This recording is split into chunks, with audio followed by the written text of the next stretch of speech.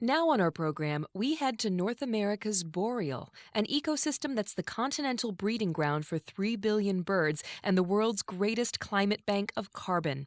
Our next guest's organization is determined to preserve this precious resource.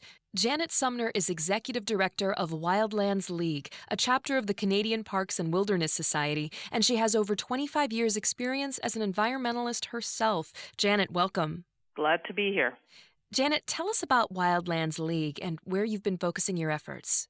Sure. Wildlands is a not-for-profit environmental organization working to protect wild places in a world where biodiversity and intact ecosystems are fast disappearing.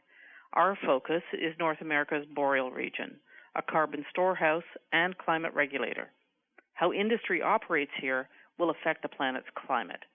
That's why you'll find us participating in forestry audits, visiting remote indigenous communities, or monitoring mining activities.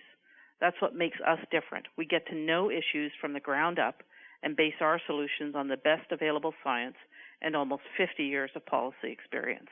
There is no point sugarcoating it anymore. In the face of global climate change, unprecedented biodiversity loss, and an expanding industrial footprint, we need to act faster and smarter. And I understand you have more than one ally in your quest to preserve North America's Boreal. That's right. We work with forestry companies like Tembec, an industry leader committed to Forest Stewardship Council certification. Tembec manages millions of acres of Canadian forests.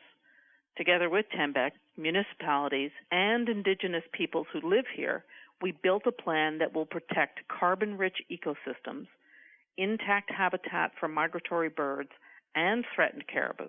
At the same time, it refocuses the logging operations closer to the mills and away from these critical areas. This is how we are addressing climate change. It's the way we do business as an environmental group, and frankly, it's the foundation for lasting positive change. Thanks, Janet. Learn more by visiting wildlandsleague.org.